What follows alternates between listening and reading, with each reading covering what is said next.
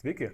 Norėčiau supažindinti Jūs su puikia programavimo aplinka Scratch. Adresą matote čia scratch.myth.edu ir atidarę pirmiausia galim pradėti nuo dviejų dalykų. Išbandyti, kaip programuoti arba pažiūrėti pradinius projektus. Taigi mes išbandysime, kaip čia atrodo. Galima spausti buvo ir punktą, parodysiu. Kitą punktą sukurti. Ten pat nueitume. Taip. Ir dabar atidarę, ką matome? Aplinką. Čia dar pasiūlymų angliškai kaip ir tutorialas, tai vadinama pamokėlės iš eilės, ką galima daryti. Tai aš juos paslėpsiu, nes aiškinsiu lietuviškai, bet visada, kam įdomu, galite juos vėl išsikviesti, čia spustelėjęs klaustuką. Ką matome? Matome katiną. Ką jis veikia? Kol kas nieko. O ką jis gali veikti? Na, jis gali judėti, keisti išvaizdą, skleisti garsus, palikti pėdsaką, kaip piešinį, kaip vėžliuko grafikoje, turėti įvairius kintamuosius arba jų sąrašus, duomenų sąrašus. Taip, reaguoti į kai kuriuos įvykius, kaip klavišų paspaudimas arba spustelėjimas pele. Ir aišku, galima dėlioti įvairią logiką, tai yra sąlygos, sakinius ir kartojimą. Taip pat katinas gali būti ne vienas, jis gali reaguoti į aplinką, į kitus veikėjus arba fone pasitaikančias spalvas. Na ir jis dar moka skaičiuoti, ir skaičiuoti ne tik skaičius, bet ir tekstą. Tai yra, jis gali sujungti tekstą, ten surasti reikiamą raidę ar panašiai. Ir kelias funkcijas. Taip. Na ir kaip ir programavime būna, kas nors turbūt žinot, galima sukurti savo komandą kaip savo funkciją. Ir paskui ją naudoti kaip bet kurią kitą komandą. Taip. Ir dar čia kažkas naujo, anksčiau neteko susidurti, matomai kažkokį plėtinį galima prijungti. Gerai, pradėkim nuo pradžių. Pirmieji žingsniai. Eik 10 taškų. Aš 2 kart paspaudžiu ir galima pastebėti, kad jis vos pajuda, arba galima pasisukti. Bet taip šiek tiek nuobodu. Štai čia dešiniau yra aplinka, kurioje galima sujungti komandas į scenarijus arba programas. Pavyzdžiui, eik 10 taškų ir pasisuk po 15 laipsnių. Jeigu mes tai vilksime į kartojimą, tarkim 10 kartų, ir dar uždėsime jam, kaip sakant, starto kepurę, tai paspaudę starto vėliavėlę, jis mums pajudės. Na, būtų smagiau, jeigu kažkaip nesustotų. Galima pakeisti. Arba čia pakeisti skaičių, arba padaryti dar įdomiau. Amžiną kartojimą, kad kačiukas, čia gražinam, kačiukas be perstojo suktųsi. Na štai, šioks toks veiksmas vyksta, bet dabar jis nereaguoja į mus, sukasi savo, jam smagu, o mums ne visada. Kad būtų ir mums įdomu, padarom taip, kad jis suktųsi ne šiaip savo.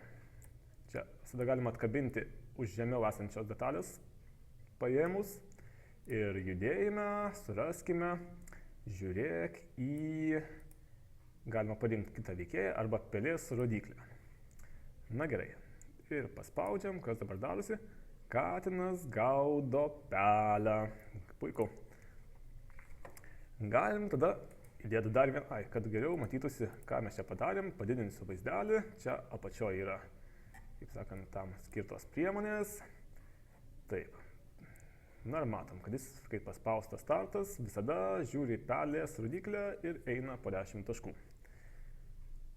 Dar yra išvaizdoje toks dalykas kaip kaukės. Reiškia, jis gali imituoti tą žingsnį, kaip animacijų būna, su savo skirtingomis išvaizdomis kaukėmis. Ir yra kita kaukė komanda. Pabandom, kaip čia atrodys. Nu, jis labai čia dabar greitai žirglioja. Galima būtų dar truputį veikimo logikoje įterpti pauzę. Pauzė turėtų būti gal trumpesnė, ne 1 sekundė, bet 0,2 sekundės. Na ir žiūrim. Dabar labai lėtai. Ir žingsniai turėtų būti turbūt arba mažesni, arba didesni. Na, čia sumažinam iki 0,05 ir čia padarom žingsnius 15. O jau šiek tiek panašiau kažkokį tokį natūralesnį bėgimą, kad būtų dar šiek tiek smagiau. Ne, kol kas nereikia. Taip, sukuriam naują veikėją. Galima įsukurti, va čia, va, matot. Prieš tai dabartinį veikėją pavadinsime, kad būtų aišku, katinas. Taip, katinas, čia daugiau galima jo kryptį pareguliuoti, jeigu norite. Pasirinkti, kaip jis vartaliojasi. Dar čia, kai būna daugiau niuansų, dabar neaktualu. Taip, ir sukuriam naują, galima nupiešti, įkelti iš katalogo, nufotkinti su webkamera arba pasirinkti iš jau paruoštų. Tai mes kokį nors gražų gyvūnėlį kačiukui gaudyti. Tai pelę būtų galima rasti gal. Pelytė, gyvūnai. Gyvūnai. Na, bus, jeigu ne pelytė, tai dinozauras. Arba driežiukas. Iš dinozauro padarom driežiuką, jį tiesiog sumažinam. Čia vat yra viršui sumažinimo arba padidinimo priemonės. Taip, driežiukas. Jisai elgsis panašiai. Galima perkopijuoti tą programą, vat nutemti ant naujo veikėjo. Jis turėjo atsirasti.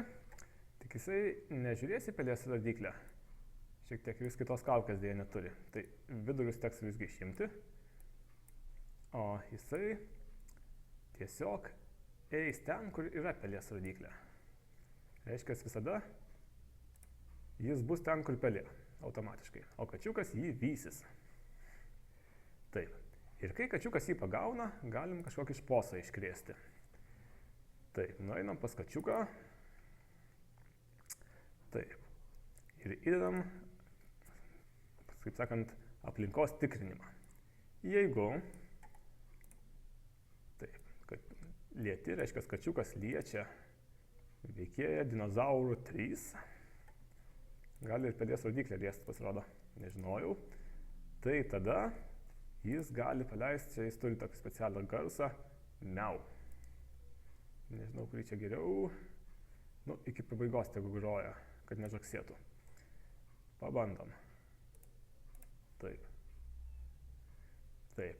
Nežinau, jums girdisi, aš girdžiu miau, kai paliečia miau. Gerai. Toliau galim, taip sakant, treniruotės dėliai sukurti tokią dar vieną veikėją įkelt, kokį nors tebūnie, tai šuniukas. Šuniukas būna prie gyvūnų ir jisai atrodė, buvo, va čia, toksai. Šuniukui duosim panašius veiksmus. Kur čia? Reiškia, veikėją pasirinkti galima arba du kart paspaudus ant ekrano, jį matant, arba čia veikėjų sąraše. Taip. Ir šuniukas žiūrės ne į pelės rodyklę. Atspėkit ką?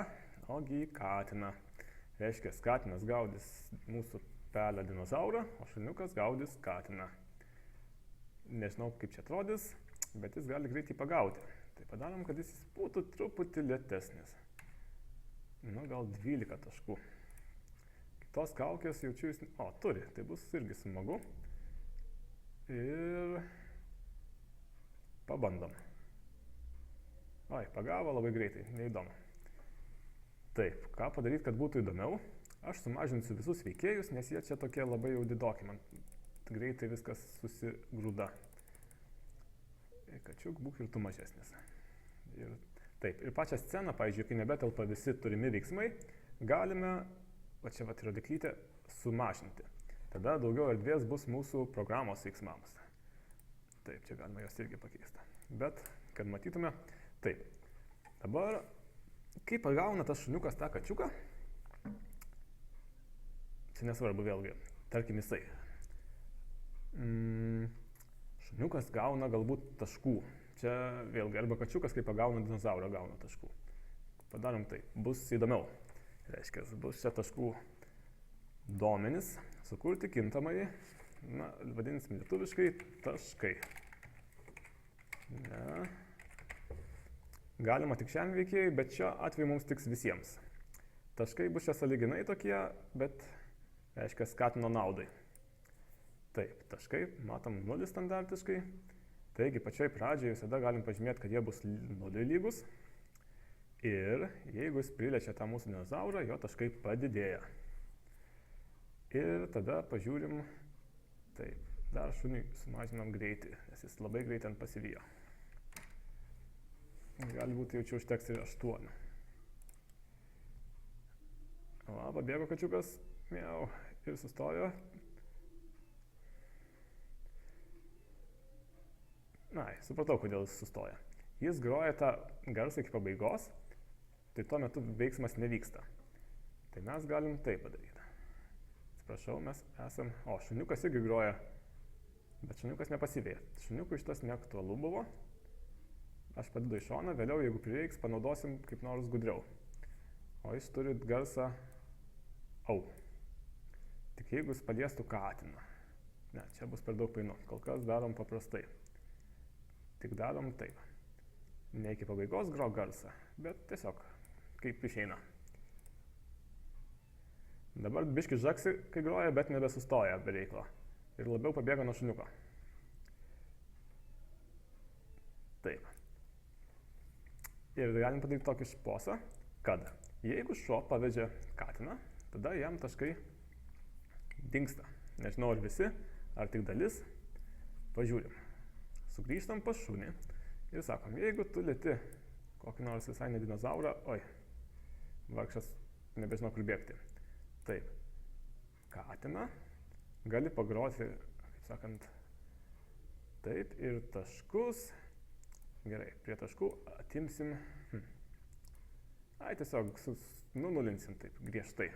Galima būtų atimti, pavyzdžiui, 1 arba kažkiek tai taškų, bet negražu būtų atimti, kai jau 0 tik yra. Tai -3 galim padaryti šiek tiek sudėtingiau, kad jeigu tų taškų mes turime, tai čia viską mums prireiks ir matematikos, palyginimo ženklas. Nu gerai, imam lygą, paskui pasidėliosim. Jeigu taškai yra, dešinį pelės klavišą paspaudęs galiu pasirinkti, kad tai bus taškai daugiau už 0, daugiau už... tai daugiau už 2. Tada atimsim po 2. -2. Reiškia, kokią mes čia gudrybę darom. Prie taškų pridėk -2, tai reiškia matematiškai, kad atimk 2. Taip jau čia išversta yra, kad, kaip sakant, būtų patogu versti. Ir dar kartą. Traukiam biškį katiną nuo šuns. Taip. Au, matot. 1 tašką gavo. Oi, buvo gavęs daugiau, bet neišdegė. Kai katinas sukasi, šuo labai greitai suvalgo, kaip sakant, matote. Tai, kad to nebūtų, galim padaryti šiokią tokią, kaip sakant, žaidimo didesnį įdomumą, kad taškai greit nedingtų, kai šuniukas katiną, taip sakant, pagauna, kad jisai nukeliautų į kurį nors tašką. Čia visur po sceną, kai mes vaikštom su pele, apačioje mums rodo pelės X ir Y. Reiškia, kur mes padėsim šuniuką, gal atkreipėt, yra komanda eiti į tašką ir nurodo X ir Y. Jis automatiškai parenka tas reikšmes, kuriuose dabar yra mūsų veikėjas. Tai mes parenkam šitą kampą, apatinį kairį kampą. Ten maždaug X -200, Y irgi 108. Ir reiškia, kai jisai jau tą kačiuką pagriebia, jis nušoka į tą kampą, kad nebūtų įskandęs katino uodegos. Va, matot, Nu, šiek tiek taškų reiškia daugiau kaupiam ir kažkada, kai sukaupiam, tarkim, ta pati sąlyga galėtų galioti ir katinui, kad kai jis pagauna mūsų dinozaurą, jisai kažkur tai atšoktų į kampą. Taip. Ir galim kažkada žaidimą pabaigti. Tarkime, jeigu mes surenkame kiek čia 15 taškų, tai 10 užteks.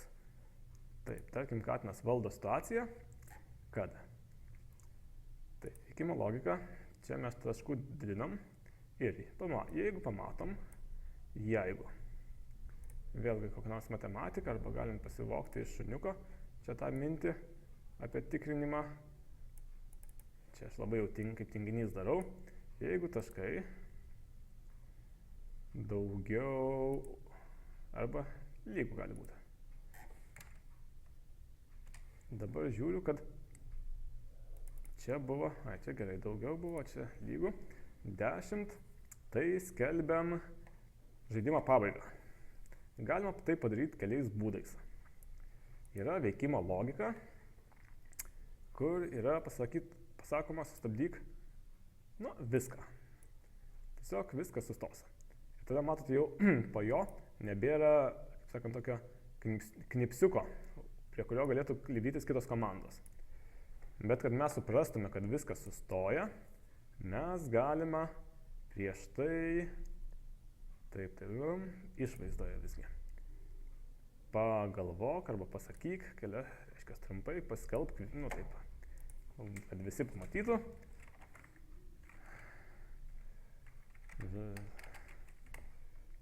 Happy end.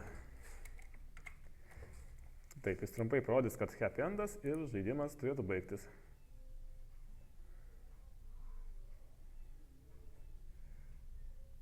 Dar šuniukas spėjo nukasti vieną tašką ar du ir valio. Viskas sustoja tiesiog. Kartais, jeigu nespėjo žmogus pamatyti čia to pranešimo, tai dabar nežinos, kodėl čia viskas taip nutiko. Galima daryti gudriau. Yra įvykiai ir galima paskelbti žinutę. Skelbk žinią, pavyzdžiui. Žinią mes irgi galim pavadinti kaip norim. Čia nebetilpu, čia šone. Skelbk žinią. Nauja žinia, pavadinsim jį irgi. Pabaiga. Iš didžiosios galiu. Ok. Tada šito nebebūtina. Nors ne, sustabdyti viską gerai buvo. Sustabdyk viskas. Tai reikės iš kitur tai iškviesim. Yra mūsų scena dar neapžiūrėta. Scena turi irgi veiksmų šiek tiek mažiau. Jinai galės viską sustabdyti, bet jinai taip pat galės, kai gausi žinią pabaiga, kažką įdomaus padaryti. Yra fonai. Ir foną, reiškia, gali užrašyti, reiškia,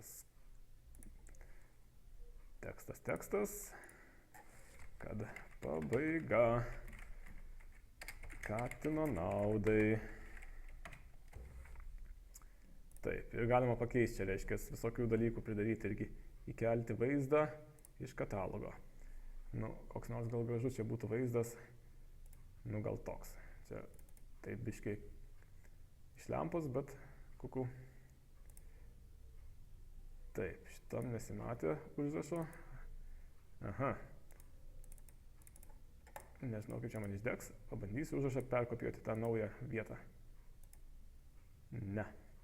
Jau čia matomai aš ką užrašiau, tas jau prisiklijavo.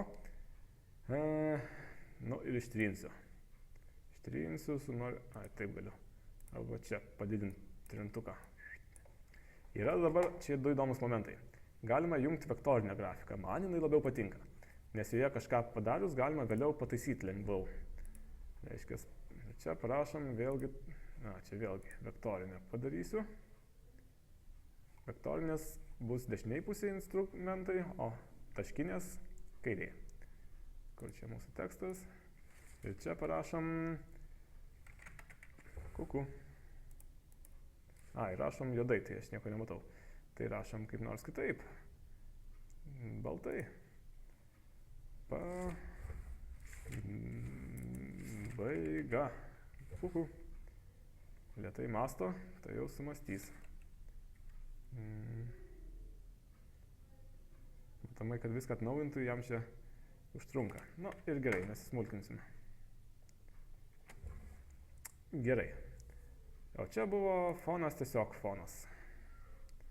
Reiškia, turim du. Pirmas, antras. galėtų būti jis ant kur nors kambarį palinktas irgi, kad pradžioje viskas vyksta gaudynės tos, kambarį.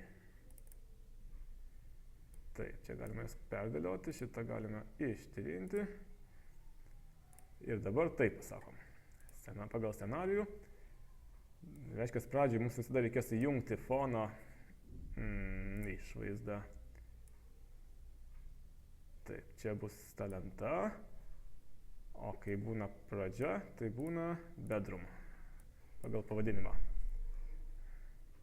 Nu ką, turim dabar tokį reikalą. Čia laksto, oi kaip maži mūsų gyviai. Ir jeigu kačiukas surinks visus reikiamus taškus, įvyks pabaiga. Tai štai, tam kartui tiek, ačiū už dėmesį. Taip, o kitoje pamokėlėje pabandysime sukurti kokį nors irgi žaidimuką, berniukam ypač patinka, pavyzdžiui, vaiduoklių medžioklę.